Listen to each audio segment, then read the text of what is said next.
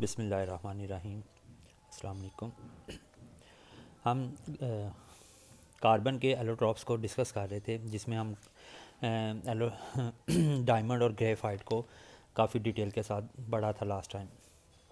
अब कार्बन की जो ग्रेफाइट वाली एलोट्रॉपिक फार्म है वो कुछ कंपाउंड बनाती है। उन कंपाउंड्स को ग्रेफाइट जो है, ग्रेफाइट एक एलिमेंट है, यानी कार्बन की एक एलिमेंट एलोट्रॉपिक फार्म है, तो उसके कंपाउंड्स बनते हैं जिनको हम इंटरकलेशन कंपाउंड्स कहते हैं। अब हमने पहले डिस्कस किया था कि ग्रेफाइट जो है वो लेयर्स की शक्ल में होता है, जिस तरह तहें लगी होती हैं, एक दूसरे के ऊपर लेयर्स पड़ी होती हैं कार्बन एटम्स की। तो कार्बन एटम्स की लेयर्स के दरमियान कोई चीज़ आ जाए और कोवलेंट बॉन्ड ना बनाए, बस वैसे ही उसके अंदर एंट्री कर ले, जिस तरह कब्ज़ा अंदर कर ले, तो उसे हम ऐसे कंपाउंड्स को इंटरकलेशन कंपाउंड्स कहते हैं।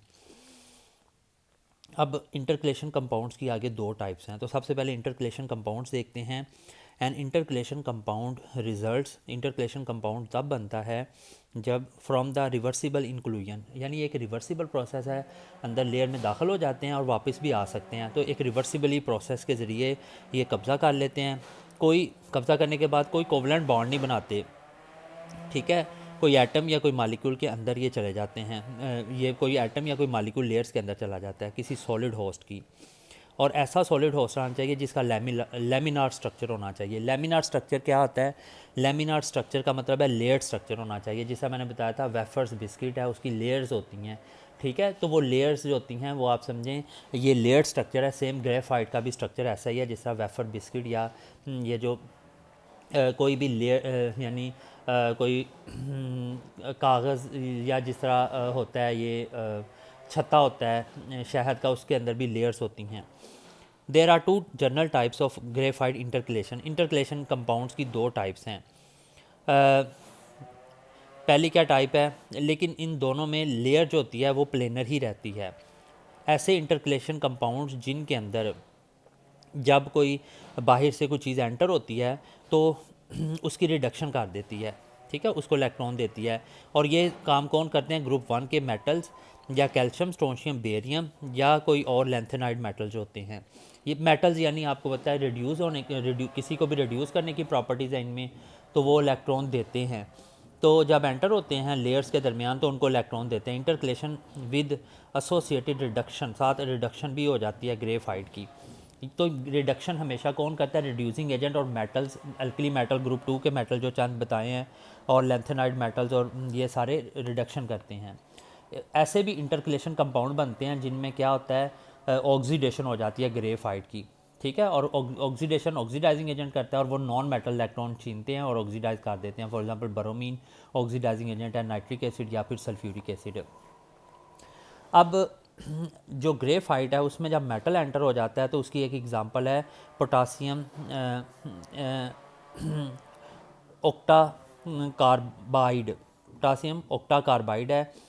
तो इलेक्ट्रिकल कंडक्टिविटी इसमें है आम ग्रेफाइट से, अल्फ़ा ग्रेफाइट से ज़्यादा इलेक्ट्रिकल कंडक्टिविटी है। क्यों इलेक्ट्रिकल कंडक्टिविटी ज़्यादा है?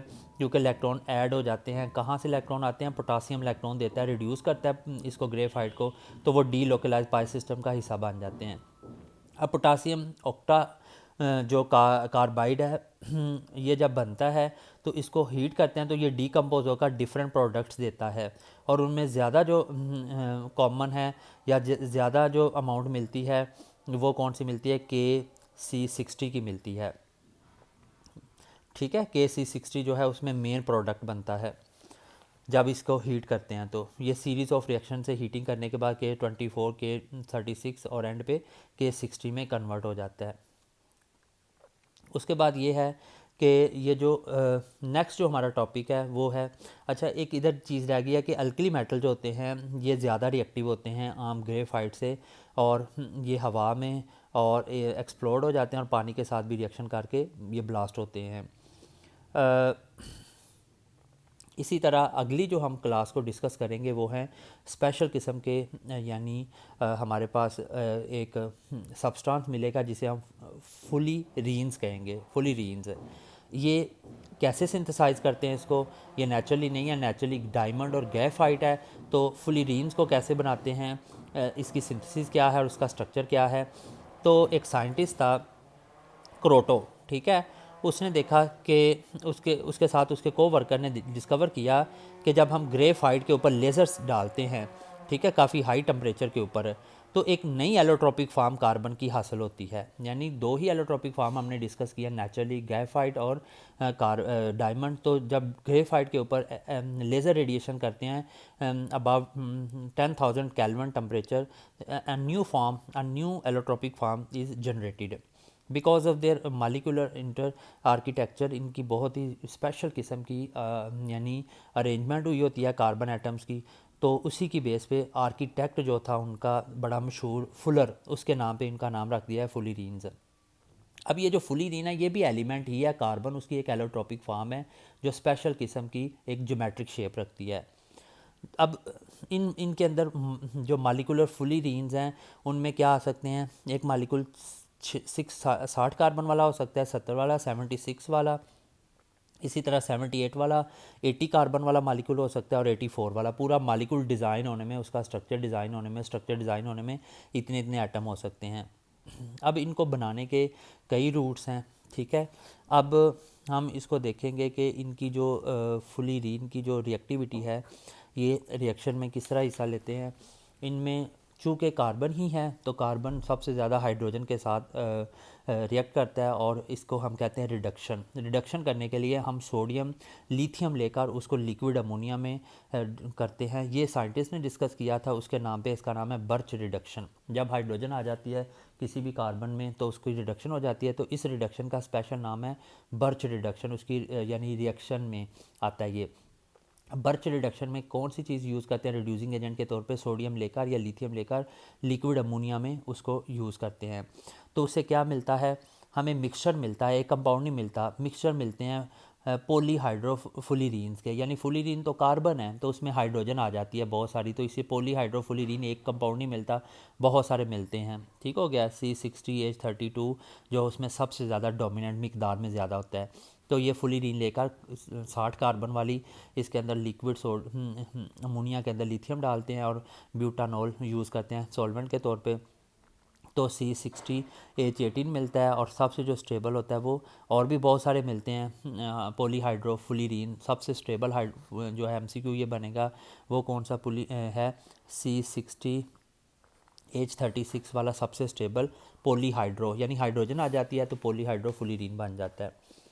ये फुलीरीन्स के बारे में था जो स्पेशल किस्म के आजकल के जदीद कम यानी एक एलोट्रोपिक फार्म कार्बन की मिली है जिसका एक स्पेशल स्ट्रक्चर होता है। अब अदर जो एलिमेंट्स हैं कार्बन के अलावा वो हैं सिलिकॉन, जर्मेनियम, टिन और लेड। उनकी क्या केमिकल प्रॉपर्टीज़ हैं। सबसे पहले कार्बन के बाद सिलिकॉन आता है। Silicon is much more reactive than carbon, क्योंकि कार्बन छोटा एलिमेंट है तो उसके अंदर इलेक्ट्रॉन पैक हुए होते हैं, दो ही तो शेल्स हैं, तो वो इतना रिएक्टिव नहीं है।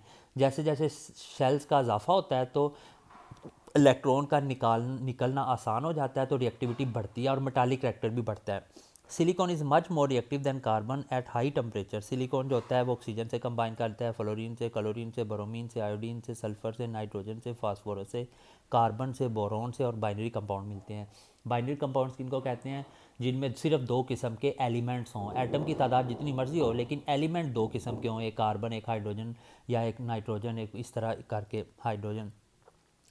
सिलिकॉन जो होता है हाइड्रोजन लिबरेट करता है जब सिलिकॉन का रिएक्शन करते हैं किसी अल्कली के साथ, और अल्कली पानी में डिज़ोल्व होती है तो एक्वस अल्कली के साथ जब रिएक्शन करते हैं तो हाइड्रोजन निकलती है। लेकिन जो सिलिकॉन है किसी भी एसिड में हल नहीं होता सिवाय दो एसिड्स के, बल्कि मिक्सचर लेते हैं कंसनट्रेटेड नाइट्रिक एसिड और हाइड्रोफ्लोरिक एसिड का।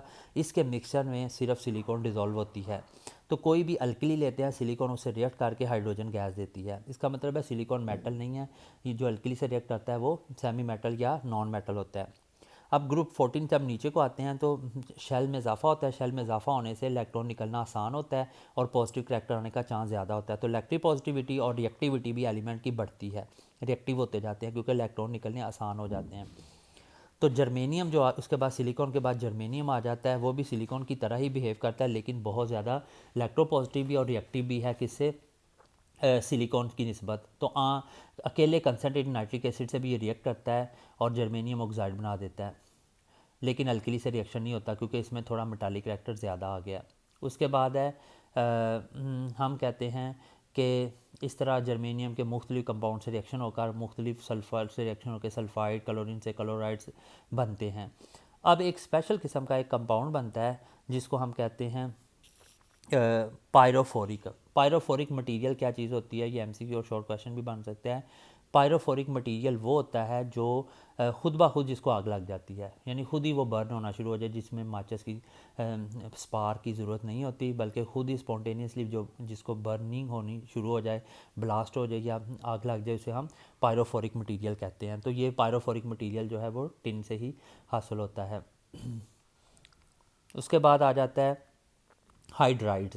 पहले बाइनरी कंपाउंड्स को हम डिस्कस करेंगे कि कार्बन, सिलिकॉन, जर्मेनियम, टिन और लेड के साथ जब हाइड्रोजन लगता है तो वो जो कंपाउंड बनता है वो उसमें दो ही एलिमेंट्स हैं, एक ग्रुप 14 का और एक हाइड्रोजन होगा। ऐसे बाइनरी कंपाउंड को हाइड्राइड्स कहते हैं। अब ये एक क्वेश्चन बनता है, लॉन्ग भी बन सकता है, कि कार्बन जो है वो बाकी अपने ख़ानदान से, आपने याद रखना है कि कोई भी ग्रुप है उसका जो पहला मेंबर होता है उसकी प्रॉपर्टीज़ अपने बाकी बहन भाइयों से जो नीचे वाले हैं उनसे डिफरेंट होती हैं।